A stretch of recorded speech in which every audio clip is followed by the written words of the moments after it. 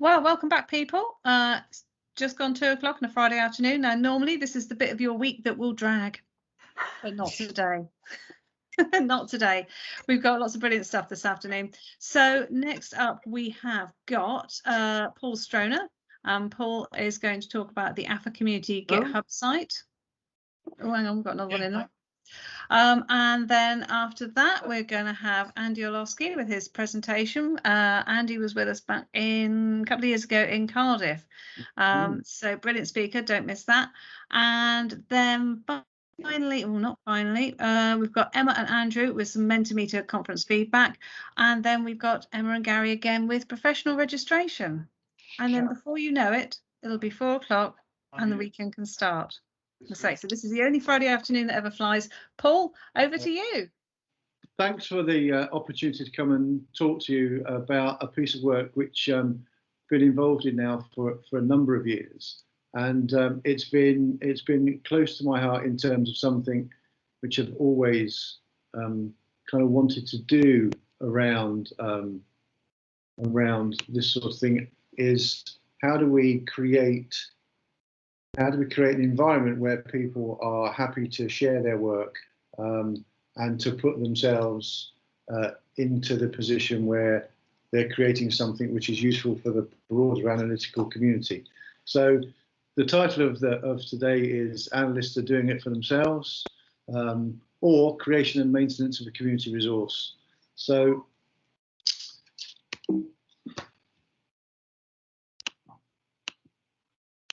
I unashamedly stolen the title from Aretha Franklin and juxtaposed analysts instead of sisters. So apologies to the sisterhood for stealing your song. But I think it's about time that we did stand on our own 2 feet and kind of just take some of this agenda on for ourselves and just do stuff which we know is the right way of doing it and put it out there for people to develop and improve upon.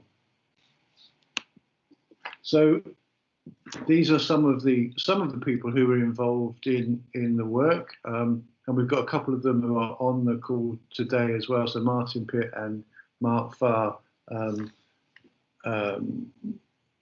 will jump in as and when. Mark was involved as co-author on one of the guides, and I produced the other. And this was all under the guidance of Martin, who put the whole piece of work together a number of years ago now. And interestingly, there's been some threads of this which have run through the conference, because at that first get together we had at the Health Foundation, I can remember talking about the need for Chief Analytical Officer, and obviously we had Ming now talking about her role in that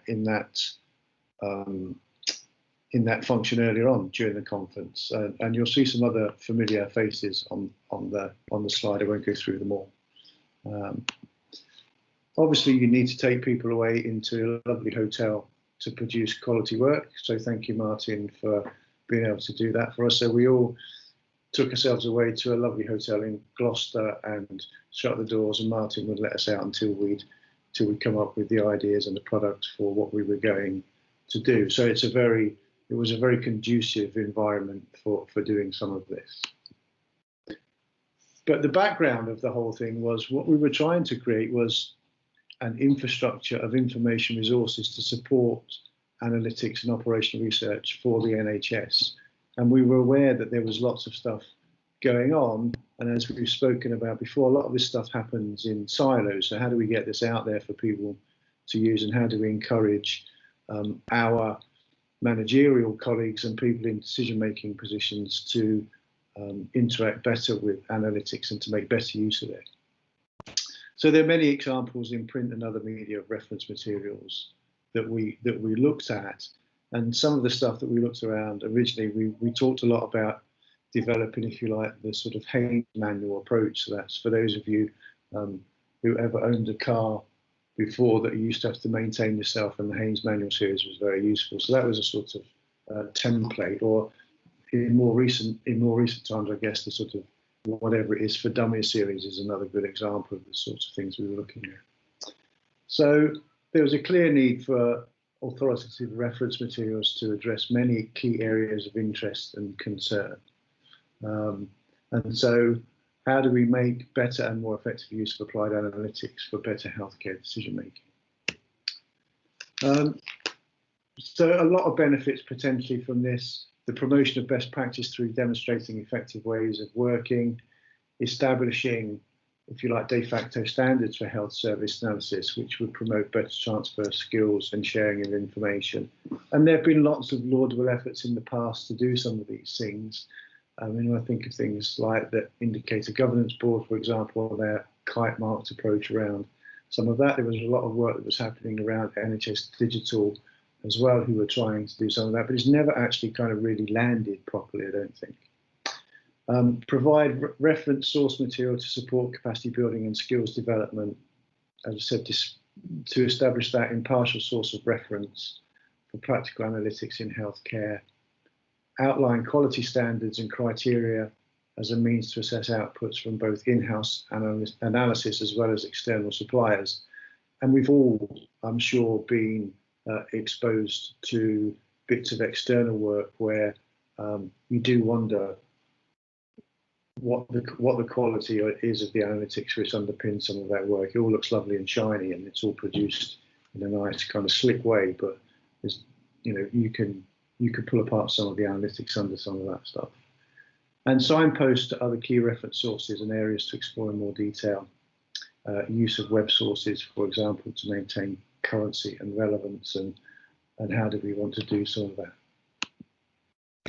So we had a look at as well a lot of ways in which we want to go around this. So there's printed material which we can make available to people in hard copy, PDF downloadable versions, video vignettes. There's a lot of the way in which people consume information has changed over the last few years, and there's a lot of people who use YouTube as their kind of default go-to place in terms of, if I want to learn something, that's where I'll do it.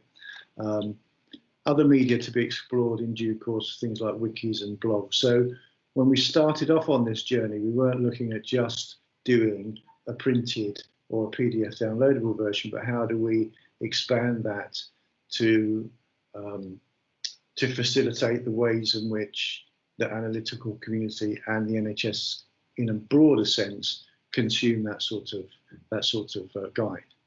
And then badging, how do we play in key organisations so that people recognise that this has come from a quality source or an authoritative position. So organisations like AphA and NHSX and NHSR, HDR UK and others playing into the whole thing and doing that in a partnership way.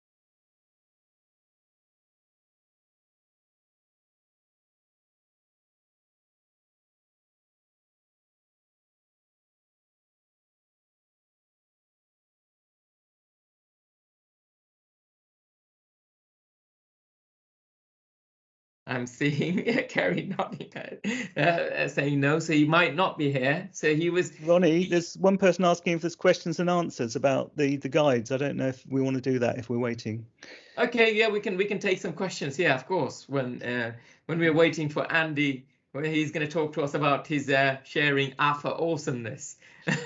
so we'll wait for him. So the Q&A, pretty much you guys, some of them you've covered it, Sigal. So this is why I didn't bring you in. Please come in. Yeah, I was just wondering, so I know you've got quite good coverage for the analytical side of these, but it's my understanding that they're not aimed only at analysts, but at other groups, other audiences. So how much did you actually get feedback from them on what would be useful, and how do you then plan when you roll it out to reach those populations specifically for feedback, for penetration, for whatever is necessary? Yeah, brilliant question. Yeah, that's. I mean, we have had a survey on some of the early drafts of the content, and that did go out to people such as some of the people you mentioned, Sergio. But I think that's something we'll want to do with these two pilot editions. That's the whole purpose of them, really, is to test the water, and especially test the water with the sort of people you're talking about, the managers and so on that might use them, or we hope might use them to help understand what health service analysis is about. I don't know if Mark or Paul want to add anything to that. Yeah, and I just asked lots of people to read it. So I'm lucky enough to work in a big trust. So I went and asked people from finance to read it, and people from ops and clinicians and people who do training, and people who work regionally who have a similar but different job to me. So I just asked a lot of friends to read it, because my hypothesis was that they go into meetings from, say, finance and are uncomfortable with some of these terms. They've heard them, but they've forgotten them, or not quite sure. So I wanted to try and give them something that they could kind of go back to and remind themselves what an HSMR was, or an SPC chart, or, and so on. So not very scientific, but I just went and asked lots of friends to read it. Yeah, I think the challenge is a good one, and I think it's something which we do need to be mindful of, in the same way as a lot of the challenge around AphA was what's our role in educating people who are non-analysts, in terms of doing some of that. But what I would say is, when we were doing these at the very start of the process, as Martin said, this is a piece of pilot work, so we're learning as we go. We did have a much broader sort of friends of the reference group sort of community who we reached out to give us feedback and guidance on all of that stuff. So we didn't just focus it in on the analysts at that point. So there's been some work of that. With all of this, I mean, I think it's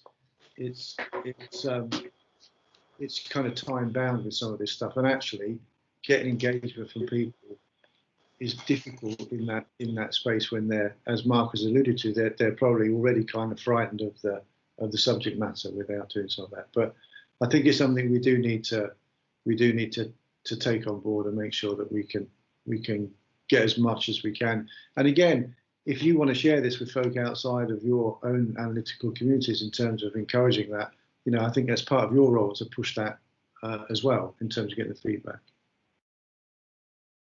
So great question, Sigal. Thanks, Paul. I was saying like Boris Johnson or Matt Haggard. God, great question. Is there any other questions from anybody else? Do you want to ask any more questions? I can't see any more questions on our chat, so thank you again, Paul, Martin, and Mark. I'm sure we'll get involved in these guides. I have seen that Andi has joined us now, so hopefully we have got Andi in the room. Or Matt, you've kindly stepped in, so I'll hand over to yourself and Andi. Yeah, okay, great. Thanks, Ronnie. Andi here. I am here. I'm sorry to make such a kind of last minute kind of dramatic entrance. I'm unlike you, awesome. There's 69 people on this call who are dedicatedly watching AphA because it is such an amazing event. I was doing some boring PHM talk and not realizing Emma's had a sexy haircut. Look at Emma Wright's hair. Look at you getting your hair done for AphA. But anyway, anyway, wonderful to see you. My sincere apologies, Ronnie and Val, for giving you a heart attack thinking that I'd forgotten. I promise I hadn't forgotten. There's nothing more important to me than this talk. Matt, if you want to start sharing our slides, because basically, guys, this is a big ask. We're going to be asking you a huge favor at the end of this, because there's nothing like a free lunch, because everyone has to pay. And what we want you to do is learn and or maybe pick up some tips, certainly from a comms expert like Matt, about how to share your AphA awesomeness. And it's really, really important to us, because we've done an amazing job over the last year when we've been looking at the response that and the help that we've had for the response for COVID. And a big part of what AphA is about sharing and professionalizing our work. Yes, and we know that you're professionals. How can we help share this with the other people to make sure that they too see how awesome and amazing and professional we are? And so what we want to cover in this session is a little bit about how to do that and to make it as easy as possible. And we will, tease you with some academic stuff at the end. But at the end of this is the ask of how, and please, can you share your blogs? Can you share your insights? Can you share your awesomeness? And AphA, the Health Economics Unit, and others will help you do that. So that's the setup. Matt, are we ready? Thanks, Andy. Thanks very much. Good afternoon, everyone, and thanks for inviting me to come along to this. So I'm a communications lead, and I'm working very closely with Andi and the Health Economics Unit to try and get our the message out about the great work that analysts do. And raising the profile really of the profession. So we've got some slides that we'll talk through. I'm just going to try and get them up on my screen. I won't be able to see anybody's face once this is loaded, so I've only got one screen here, but we'll give it a try and see how far we get. As long as we don't have to see your face, Matt, it's all good. So that's the most important thing. Yeah, thanks, Andy. I'm not jealous that Matt's sitting in the south of France, guys. Don't feel sorry for him. Yeah, he gets to go skiing. He gets to go messing around in mountains, and in summer it's actually warm, unlike it's freezing cold here. So don't feel sorry for Grek. Yeah, I'm not. We're not. Well, actually, I am allowed out into the mountains again now. So they've released us from our quarantine. Right. This seems to keep skipping back, but we'll see how we get on. Okay. So can you see my slides now? Yes. Yes. Yep. Okay. Good. So what we're going to cover is we've already mentioned. So we want to talk about how great the work is that analysts do, and actually how we make sure that that can be spoken about. So we'll talk about how we can work, or how we can attempt to work with our communications teams across the NHS and beyond to raise the profile of our work. And we'll just touch on some of the I guess the challenges that communications teams face. So my background was I worked in the NHS for quite a few years, and I worked in NHS England and also in Whitehall with the Department of Health briefly in the press office. So I have an understanding of some of the kind of communications challenges they face. We'll talk about why we need analysts and what we want to do about telling remarkable stories of the kind of data that we're generating and all the stuff that we've spoken about and that Mark was talking about earlier. We'll talk about being remarkable and actually identifying the audience that we want to work with, helping them listen and helping us spread our ideas. And then we'll just briefly touch on some tips for how to write a blog and using our community. And actually we'll go back to Andi and we'll talk about academic research and academic papers and how we can use those. Okay, so skipping through. So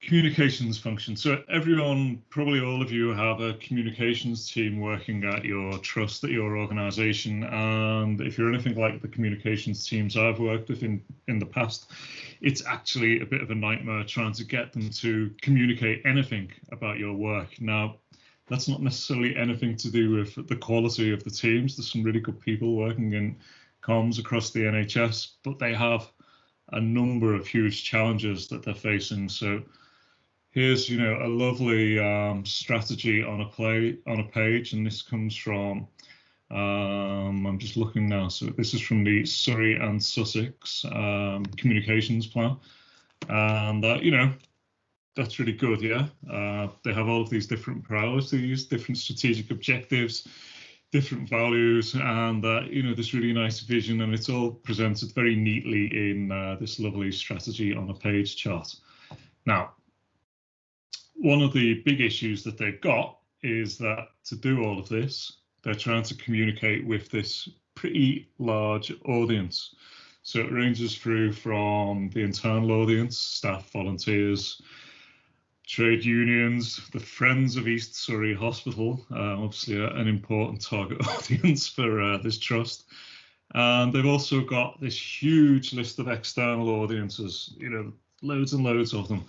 And one big chunk there is patients. So actually, you know, we all know that each patient is not the same, and each patient has very, very different needs for communication, for response from the trust. But the focus is broadcasting information to those different groups. And, you know, to get support from your communications function, these are the people that you're competing with. So trying to get your message out to these different groups via your comms function, it's a big ask. It's not easy.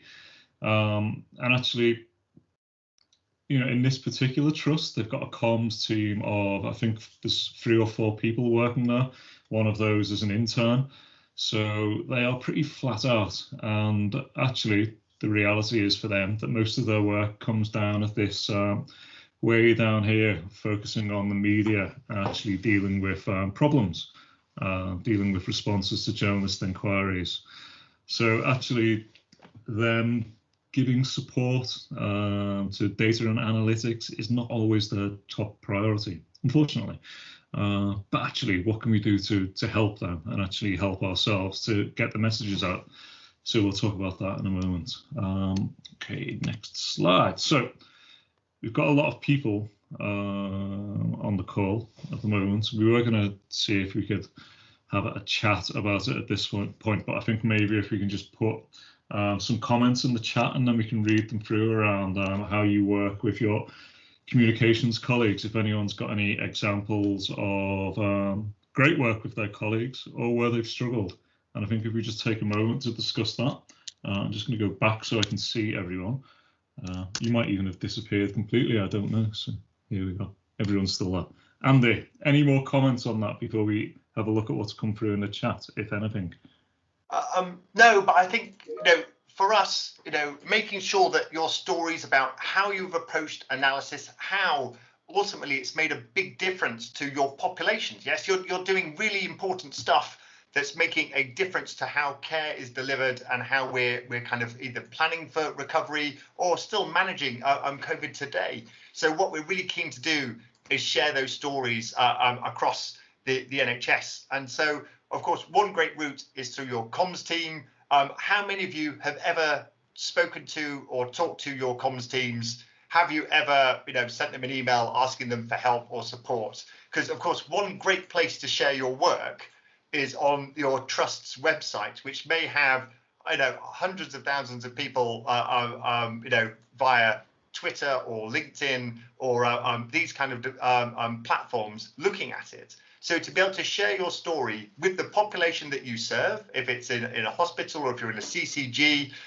or through a CSU, there are platforms there to help your story get out there. But of course, one thing, as Matt's pointed out, is that the comms guys are really busy and working their socks off. And we've got a lot of stiff competition when you're asking for their time to share our stories. But it's really important that we share our stories and talk about the kind of the rigorous, robust approach that we go about stuff. So I suppose, can we have a thumbs up from anyone who's spoken to their comms people in the last month?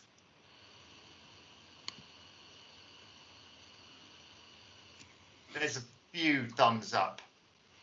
Anyone who's spoken to their comms person in the last year?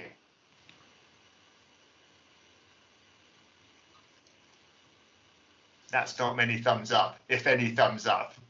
And who, I'm not sure if there's a thing for thumbs up. Maybe there's something, let's use smiley face. Let's see how tech savvy we are. Smiley face for someone who's never spoken to their comms people, ever.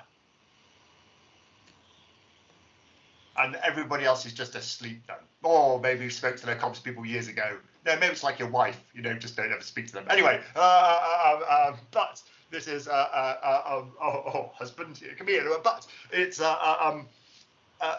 a really important thing for us to share those stories. You have an inbuilt professional outfit that's used to dealing with the media, often reactive stories. They're looking for great news stories about some of the great work that you're doing.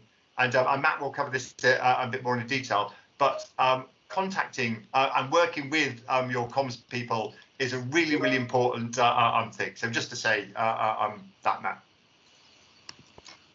Okay, great. Thanks, Andy. I did see one. There was definitely one smiley face there of somebody who hadn't spoken to their comms team in the last year. I think there's probably more than that. But the comms teams don't have an easy life, I'm afraid. So okay. I thought it's all kind of champagne and air kissing in comms. Isn't that why you got into it? It might be why I got into it. It's not how the reality is, though. So. Oh, damn it. Although I could tell you a story or two about things that happen in Whitehall, but there you go. That's for another presentation. So. Analysts and the comms function are actually, what we're trying to do as a comms function is talk about the brilliant work that's going on across the trust. One of the things that they're tasked with is really trying to engage with the community and engage with different parts of the NHS for funding, for profile, for public health reasons, and actually a lot of the work that you guys are doing, it's the same thing, and it's explaining things in different ways. And comms teams they're not experts in data, and what we have to try and think about is how we can engage with the comms function and actually get them thinking about how they can use data correctly, how they can use data to tell a story, and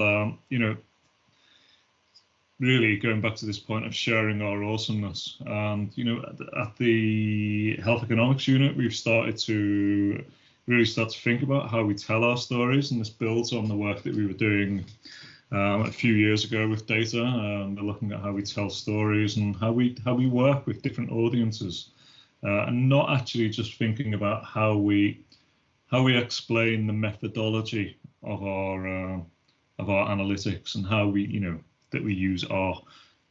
For comms people, for a lot of the audiences, it's kind of meaningless. It's very important, but it doesn't really help with the story a lot of the time. So, and again, we've got this, things are changing now in the with communications. There's a huge amount more content than previously. There's lots and lots of stuff for people to read, but people have less and less time to read them. And actually what we want to do is then thinking, actually, how do we make sure that people read our content? How do we make it accessible? How do we make the things, the data that we produce stand out? And we'll just, I'll just touch on this quote. This is a guy called Seth Godin. Some of you may have heard of him. He's a big marketing guru. And actually he talks about, so the internet is ideally homogenizing everyone by connecting us all, and it has connected. But actually, it hasn't created everyone with the same interest. What it has done is created these silos of interest. And in this case, silos are a good thing because it allows people to have a laser focus on particular topics rather than having really broad approaches to our audiences. And now, coming on to this next slide, actually, what we're interested in, who we want to talk to, are people who are interested in our work, innovators, early adopters, and worry less about this wider audience. So this is I think the Rogers bell curve. And what comms functions have done previously is they focus on this meaty bit in the middle. But actually what we're talking about for the work that the analysts do is focusing on where the green arrow is, the early adopters. So how can we think about our audience? Who cares about the work that we're doing? So actually starting to think about that, and actually how do we then start to think about communicating to those people who do care? Because there's a lot of people in the organization or in the trust that might not be interested in the work that we're doing. They probably should be, but there are going to be people that we can influence first, and then they can carry our messages through. We want to create enthusiasm for what we're doing, and that can be hard to, when you're facing a challenge constantly of people not listening to what you're saying or not listening to your story. Sustaining that enthusiasm is a big challenge. Sustaining that level of interest is a challenge. But when you find the right people, you're able to do that because they can help you make things remarkable. And that's why we have organizations like the Health Economics Unit and AphA, because we work together and we can connect with different organizations. So what do we want to do? So communication is really, taking it to a bread and butter level, terrible slide, sorry, is about spreading our ideas. And actually, we want to make things remarkable. So I mentioned Health Economics Unit. We've been talking about data and health inequalities. So we've done quite a lot of work on that, and we're starting to look at different ways of communicating that, using blog posts or using podcasts or using film. We are talking about and you will all have seen the work that we're doing on mentoring, promoting mentoring for analysts across AphA, working with Analyst X and NHSX and NHS England to really push out details of the work that analysts do, and all of that comes back to promoting our work, promoting the profession, and actually getting the messages out that the analysts offer a massive service to the NHS, and actually raising the profile of your work so that you get a better platform to work on. We also do that through things like the Midlands Analyst Network Huddle, through different presentations that take place at those, but also through the blogs that come out on the back of those, and then the podcast. So there's a whole host of different information, different communication, and different ways of spreading these messages. So we want to talk about telling your story, choosing the right approach to share that information, to spread it. And again, this point around, we're not just talking about the methodology of the analytics.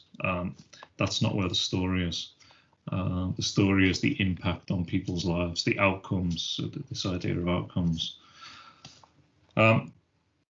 I'm just going to pause again at this point. I'm just looking at my watch to see how much time we've got. And we'll go back and ask another question, which is, what kind of nut job uses a serrated knife to butter bread? Because, my God, man.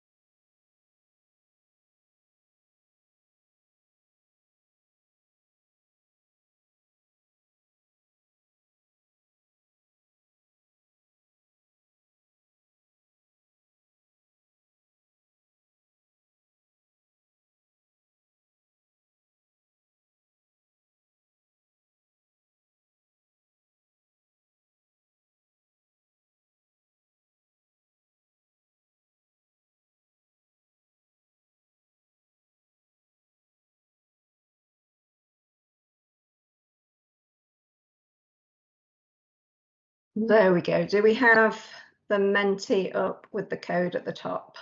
We do. Excellent. Fantastic. Over to you.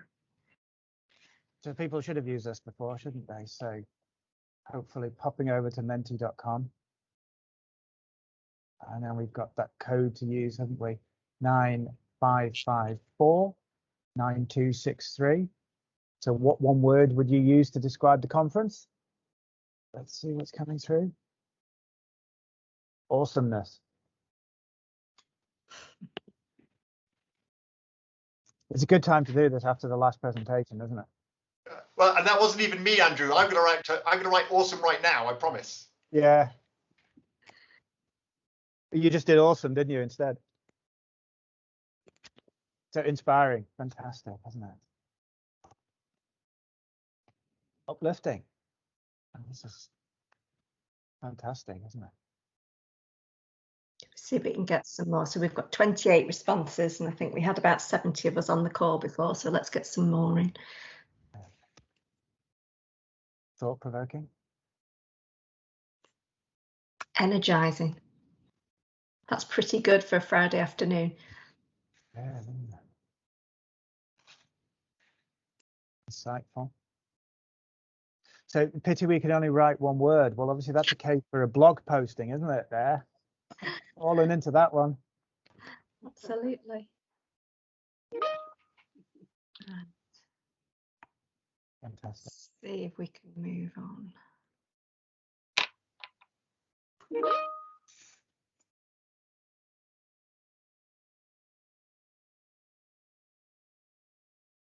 There we go.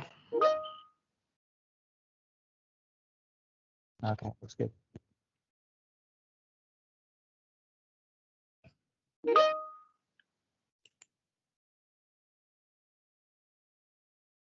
quite a spread coming through, isn't it? Which is good. Lots of things to follow up. Oh, but now we've got a clue when I'm coming through. Awesomeness. That's what we want to hear more about. Fantastic. And there'll be a chance to kind of raise other topics, won't there? But some of the things that we've been covering so far, where people want to know more about those. Quite a spread, isn't it? So fantastic. Lots of things that we want to know more about there, isn't there? Most of them all coming out. Oh, awesome. They're just pulling ahead again. Is that Andy voting 3 times there? This is costing me a fortune, Andrew. Just they're paying £10 a vote. This is what I thought was going to happen. Absolutely. That's why you need sponsorship. Yes. I think it's interesting to see machine learning at 3. Yeah. There's a lot of the kind of the core of the AphA, isn't there? The registration and the competency framework, and also the GitHub from what Paul was sharing.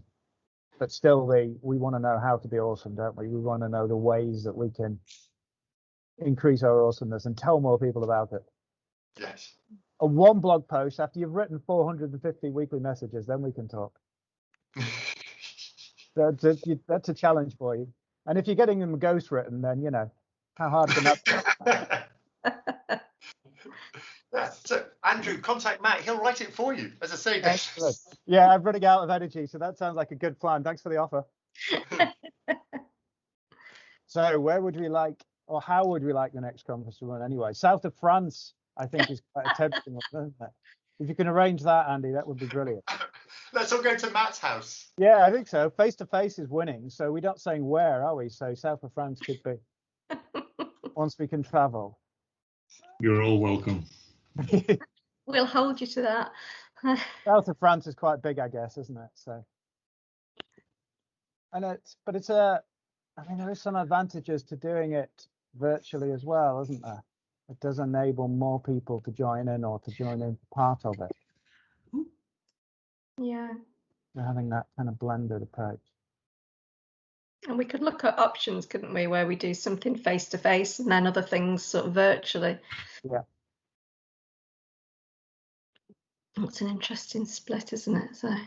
Yeah, and it is useful to get this sense, isn't it, to help inform us. Lovely. Let's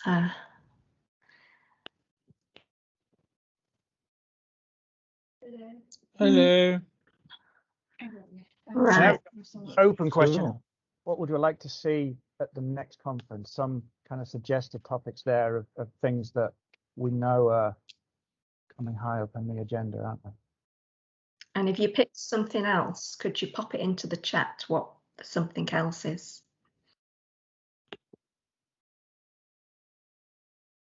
Show and tell coming out, isn't it? Really?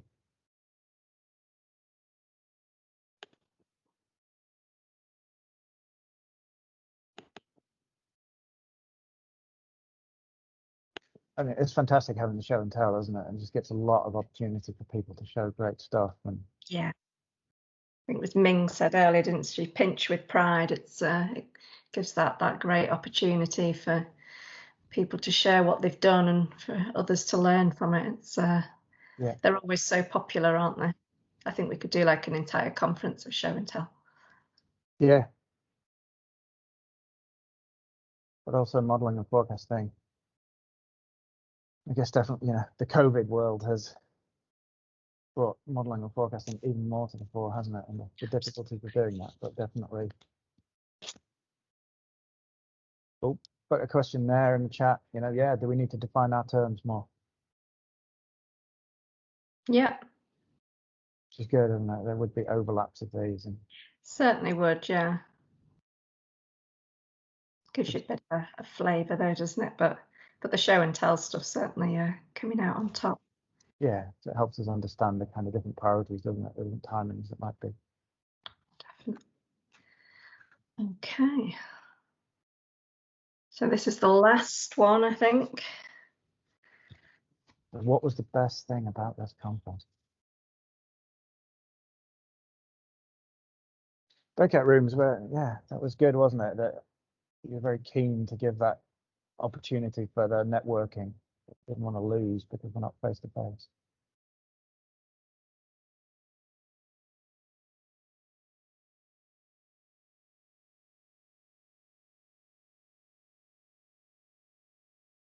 It's the show and tell again, and I was going to say a bit of a wine theme, but there's my hair. So, and the goodie bags, absolutely. The bags were awesome. Yes, a big job to post all those out. Fantastic. Hearing from others, yeah.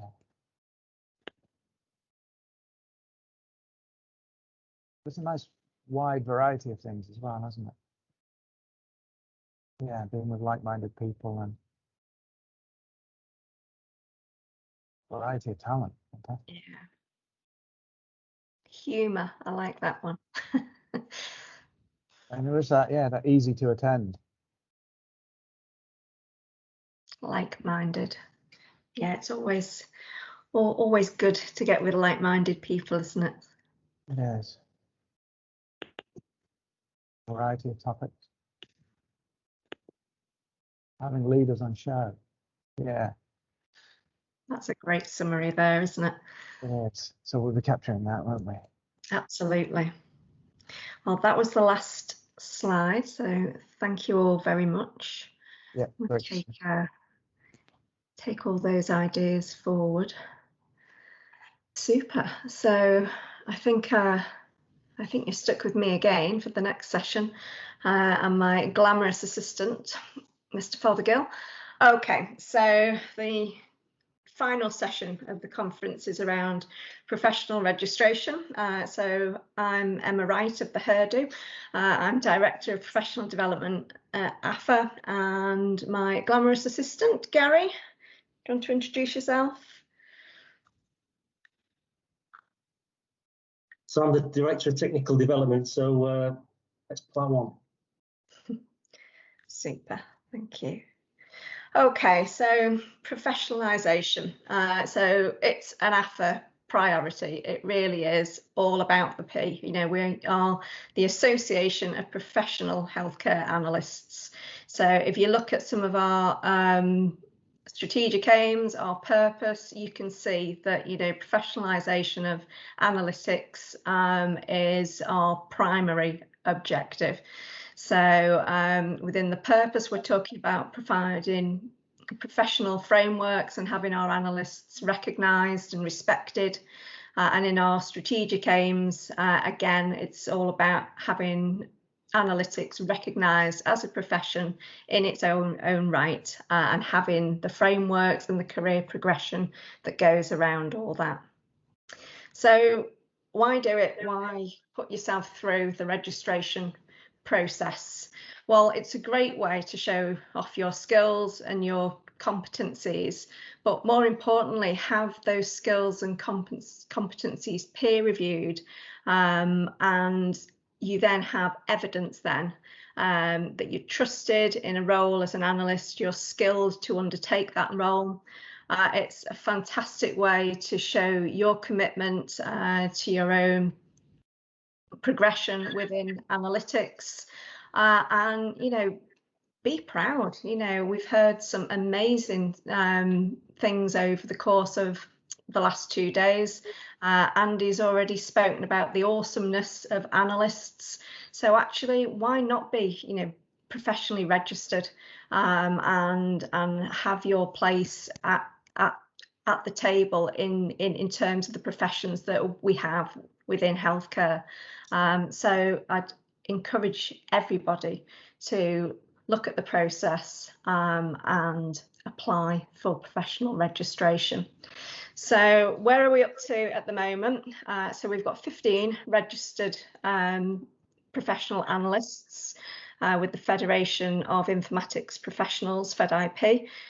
So you can see our roll of honour there. We've got 3 applications in progress, but we're up to like 700 members now. So there's a lot more that we can do.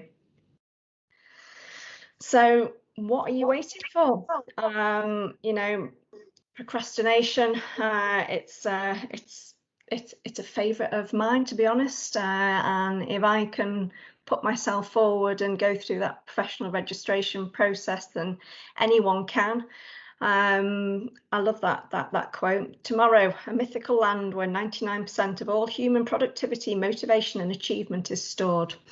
And those of you who've seen me present in the past will know that I can't actually get through a presentation without putting some sort of Monty Python reference in there. So come on, get on with it.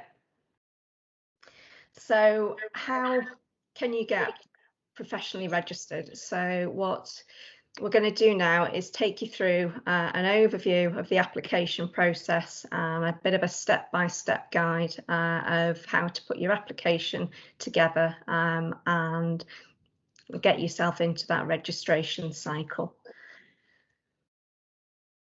So this is where the glamour starts. So first of all, my name is Gary Fothergill, and first and foremost, I am a professionally registered healthcare analyst, so something I'm proud of. I have a degree in procrastination from Red Brick University.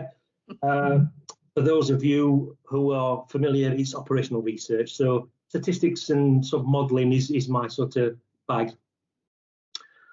I think when it comes to registration, I think what you need to do is when you apply, is think carefully about the skills and experience that you've got before deciding which level you apply for. We've got 4 levels. So the best thing to do is perhaps download a couple of the guides for each of the levels, have a look where you think your skills and experience fit, and then probably just go for that level. All the documents you need are housed conveniently on our website, and we spent a lot of time making sure that the process is as slick and as easy for you as possible, and also making it easy for us as assessors to assess it. Please use the AphA documentation, because if you don't, you get put in the naughty corner, and you know, we don't speak to you for a while. The idea about this is all about standardization, consistency, and it's to help us as assessors. And as Emma alluded earlier, it may be worthwhile you blocking out a couple of afternoons or maybe a full day to do it. I'm like Emma, I've built a career out of procrastination. So, you know, if I can do it, anybody can do it. Next slide, please, Em. So the process, so we've put a nice sort of template up on there to sort of give you an idea of what the process is. So like I've just said earlier, review the guidance, select the level which you think fits best for you, select that appropriate template. Also, you're going to have to supplement your application with some evidence, and we use reflective practice for that, and we'll give you an example of what that is. And then map your reflective practices to the standards to give us the evidence base to show that you're a competent analyst. Next slide, please. And then what you can do is provide additional evidence regarding things like your SQL script, your R code, maybe emails that you've shared with senior colleagues, all to build that evidence base up. You'll need to appear and sponsor, so we need those people to corroborate that what you're putting down in your application is a true reflection of your work.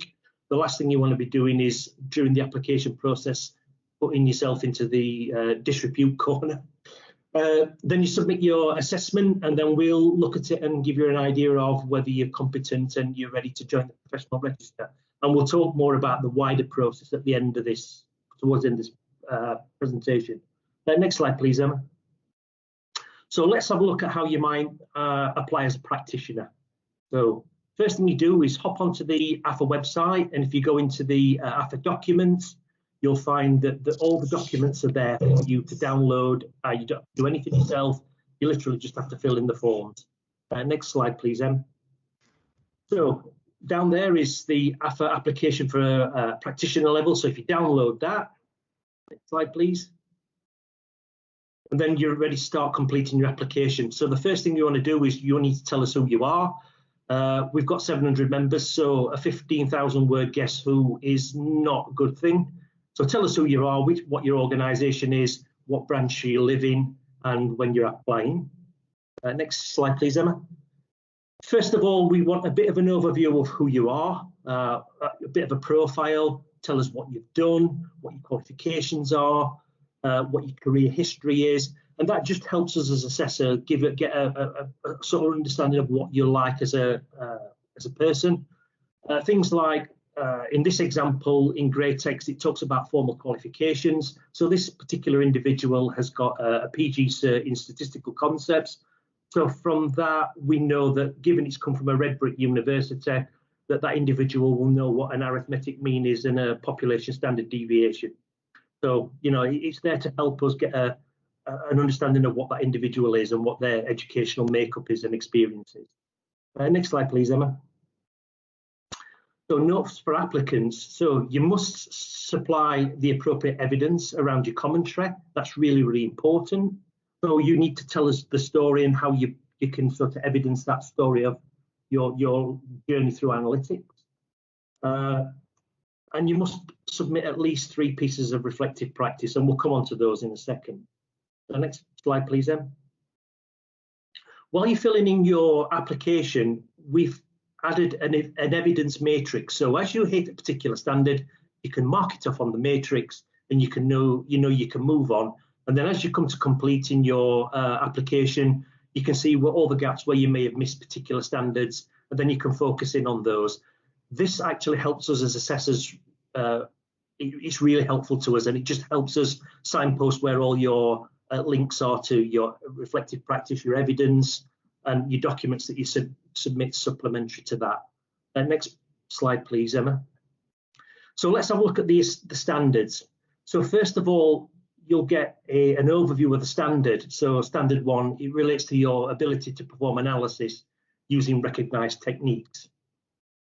So within that, the first standard is P1.1. So that's undertake analysis employing appropriate tools, techniques, methods and procedures for routine activities. So that's the standard. That's what we want you to tell us about. Now in the commentary, we've put some text in grey, and that text is there to give you a steer about what we want from you, what sort of evidence and commentary we want.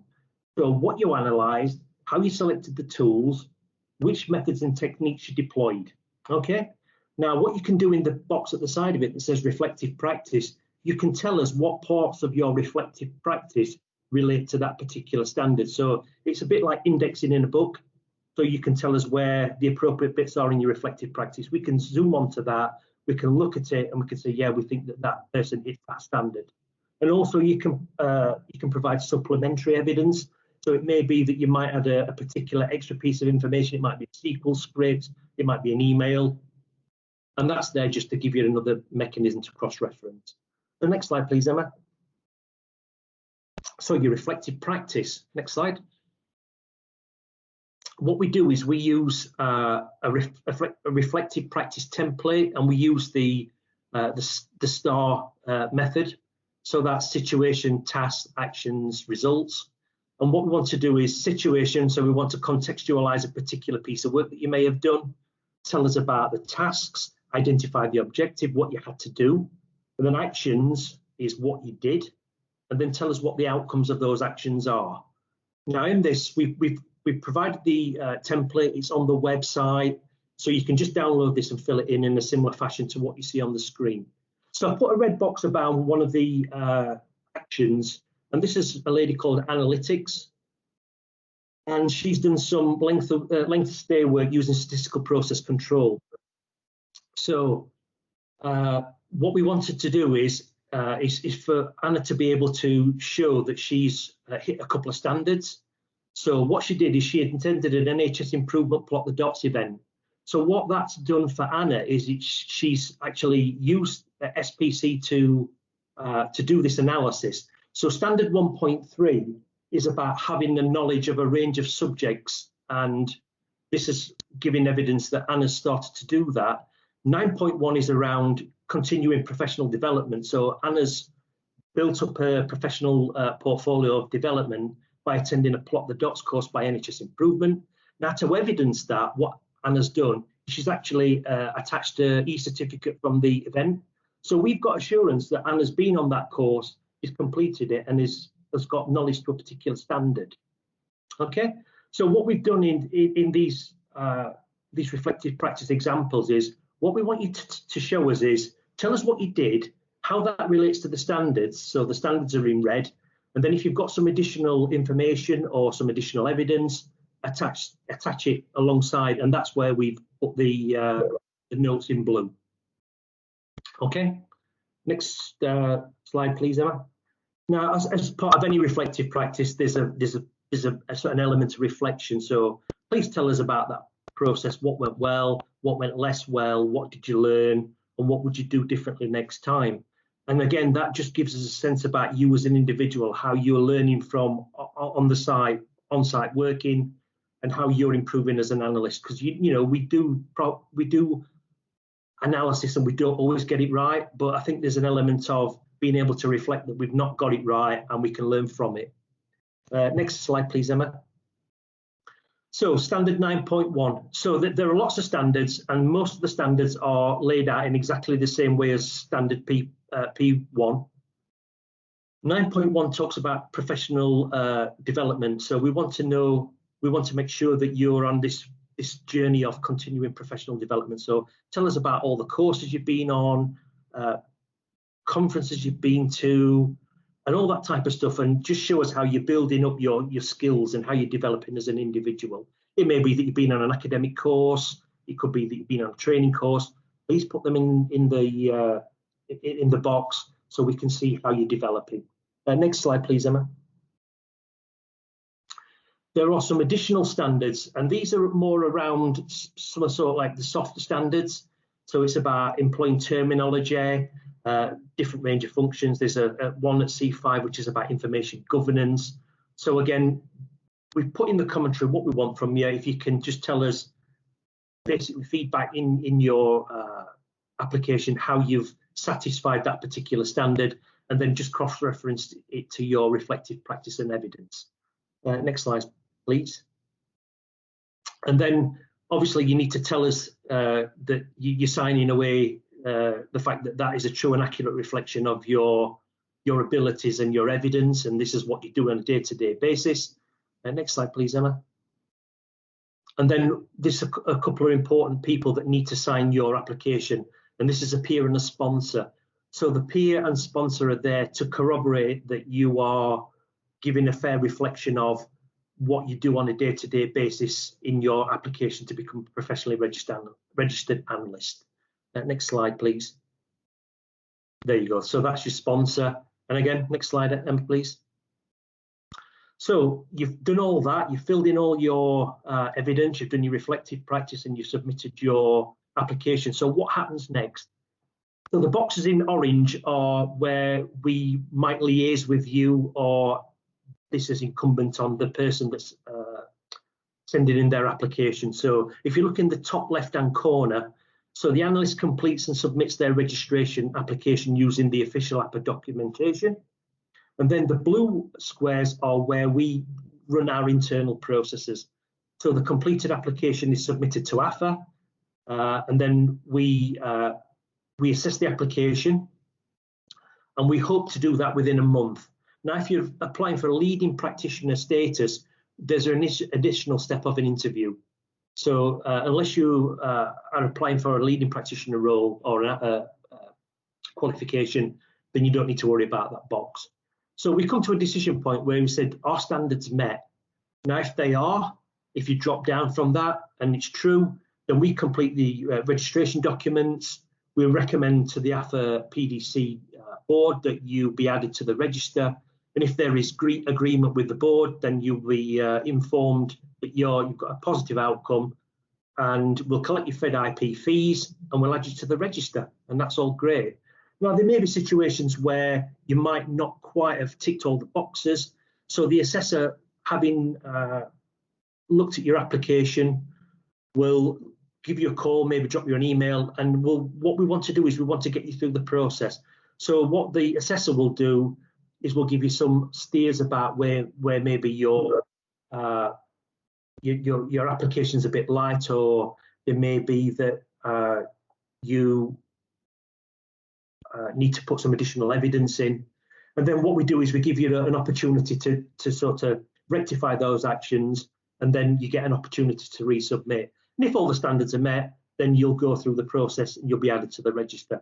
Now, there are occasions where we've had them in the past where the completed registrations don't unfortunately meet the standards, and then we've got to unfortunately inform the applicant that their application is not going to be added to the register. And I mean, that's usually a cue for people to start trolling us on Twitter and other things like that. But, you know, we do really want to get people through this process. So we've sort of bent over backwards to make sure that all the documentation's there, it's in the right format, and really all you need to do is just fill it in and adhere to the guidance, and you should be okay. So I think that's it. If you've got any questions, I mean, please fire away. Any questions? So we have got some questions in the chat. Emma, let's have a look. And Kerry, you have your hands up as well, so please. Yeah, do you want to go? Kerry, fire away, Kerry, yeah. I can just read my question from there, but you mentioned, Gary, that there's something to download to have. I downloaded the applications, but is there somewhere that it explains kind of what level you'd be working to, or it's quite tricky to know which one to choose? So I guess the thing is just to start looking through the particular standards, Kerry. I think you should get enough of a steer from the standard and the narrative within the standard that's the sort of grey commentary about the sort of level we would be looking at. If you're still struggling, please get in touch with Val, and we'll be more than happy to take you through that process and have a chat with you offline if that's helpful. Cool. I also just wanted to say you made it feel quite a lot less. Oh, I've got feedback. It's really stressful, but it feels a little bit less daunting when you see it like with the links to the standards and that. So thank you very much. I've actually put it on my objectives this year, so I have to do it or else. So thank you for that. It was really helpful. I think that's one of the reasons why we've put a lot of effort into the documentation, Kerry, to make sure that it is a relatively straightforward process. Like I said, we're always open to answer any questions. It's probably also worth mentioning the cycles. So we've got quarterly cycles for registration. So we open up 4 times a year. So the next slot is July. And during July, we'll be holding 2 surgeries similar to we did in April, which are just team sessions where you come along, you drop in, we'll give you a bit of an overview. You can ask any questions. There'll be one towards the start of the application window, and then one towards the end. So if you anything that you're a bit stuck on, you can come with your application and ask questions there. I can't see the chat yet, so it's over to you, Gary, I'm So afraid. there's a comment from Julie. It says, can the peer and the sponsor be the same person, and can they be someone other than your line manager? Yes, because I've had, one of my sponsors was not my line manager. So it was a former line manager, but not my current line manager. So your peer might be somebody that you work alongside. Yep. And you know, your sponsor generally is somebody either in a more senior role to you, but that doesn't necessarily have to be your line manager. That could be somebody else who you work alongside within your organisation.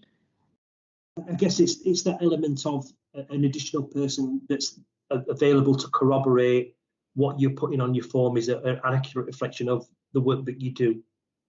So, because we could all fill one in and say we're all amazing, and you know, so it's just there as a check and balance. And please be mindful that, of course, we have an internal QA process with FedIP, so we've got to be able to assure to FedIP that we've got the appropriate checks and balances in our process, and that's why we ask for a peer and a sponsor. Rebecca said that having a deadline really helped her get over the procrastination stage. Yeah, we've all been there, Rebecca, so yeah. Thanks for that one. Yes, I think Thomas has put Thomas Gemmett's put a nice quote in there about the success will be when it starts appearing on job descriptions, and you know if we start to develop analytics as a profession, really that should be a de facto standard that when you are applying for a job, you can demonstrate your competencies. Certainly, if you're going to different organisations, and I think that would hold you in a lot of stead if you're flip-flopping different organisations on your patch. That when you go to different organisations, you've got peer review that you are a competent analyst. So yeah, I think it's really, really important, Tom. Thanks very much for that one.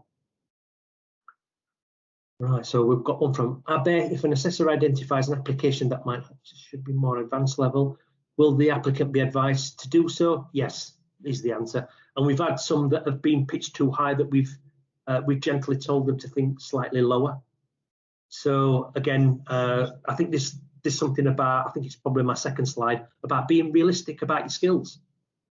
You know, it may be that you share some of those with your peers and say, you know, do you think I'm at that level? You know, perhaps just a sort of critical friend might be not such a bad thing. So Zoe's put in Nottingham University Hospitals have it as a desirable on their data science role. Thumbs up to Nottingham. I suggest work is starting to. Yes, Sigal. So yeah, start thinking about your reflective practices. They did take a little bit of time to put together, but think about the projects that you've worked on and that you've got enough information in those projects to be able to fill out that reflective practice form. We've got one from Laurel. Evidence to cover. It can be any time, because you know we might be doing pertinent pieces of work over a long time period. I suppose if they go over a really long time, then you know the people may not be able to corroborate what you've put down in your form. But as long as it's a reasonable time frame, then we'll be pretty pragmatic with all of this. And yes, we're going to try and register at the different levels for this time round. So yes. I think the original registrants that we had back at the conference in Manchester were probably all coming up for re-registration. So we'll go back through that process at an appropriate level. So we've got to go through that process, Emma, alongside Matthew and Andrew and Jane. So there are plenty of us. We've all got to put in the hard yards again. So Thomas has put in, could there be a buddy group for people currently going through the process? This is the reason, Thomas, why we're having these surgeries. So we you know, if people are coming to those surgeries, I think you'll start to make contacts and be able to set up your own little sort of network groups to be able to share those. But we're always open to any questions should you have them. So Jamie Lee says she'd be up for that. So let's see you on the next surgery, Jamie Lee. That'd be great. Super. It's great to get so many questions and so much feedback as well. So look forward to receiving all your applications in July. So conscious of time, so I'll hand back to you, Ronnie, but thank you very much. Thank you, guys. Thank you, Emma and Gary. Thank you very much, and thanks to the Professional Development Committee. It's great to see the flow charts and everything else you talked about. I know you guys been working really hard to simplify the process, so great to see that. Thank you very much. And credit to Kerry actually putting it on your PDR. So please, I'll encourage other people, add it to your personal development objective. Then you have the dedicated time to do that and get your recognition from your organization and your line manager that you're doing this. So thank you very much. So yes, we're at the end of the show now. So we've had a fantastic 2 days. I've really enjoyed today. Lots and lots of really interesting talk. So many really talented and good skilled speakers. It's been a fabulous day again today. So I've just got a couple of shout out and thank you I have to make. So speakers, obviously all these speakers, they came in and spent yesterday and today. Thank you to all of them and the guys, our members, to do show and tell. So as from the feedback, we know they are very popular. So thank you very much. Thank you to our sponsors, Data Robot, for the main sponsor sponsoring us, as well as Hugh Davis Furlan Consulting, InSource and Meditrains for sponsoring the event. The organizing committee. So a huge thanks to Val, Emma, Alison, Jane, Kate, and Donna. Thank you very much for putting this together. It's no mean feat, so really well done, guys. And also for particular thanks to Donna, Carolyn, Tony, and Helen for sorting out our Microsoft Teams. Actually, it's gone really well, apart from minus things. So brilliant, absolutely brilliant. Sigal, you're here. Congratulations being our winner. Andi Lane as well, and the BI team, Gloucestershire Hospital NHS Trust. So congratulations to our winners and congratulations to everyone that's been involved in that process. I'd like to thank our board and our regional branch leads, all the leadership team, because for all of you, our journey is beginning to shine and we are heading where we want AphA to grow. So thank you very much for all of your effort. And on that, I will just carry on the theme from Andi and say that actually carry on with your awesomeness. You're all awesome. And hopefully we will see you in person next year or in some ways in a blended way. But fantastic to see you all. Have a great weekend. Thank you very much. And thanks to you all. See you soon. Take care.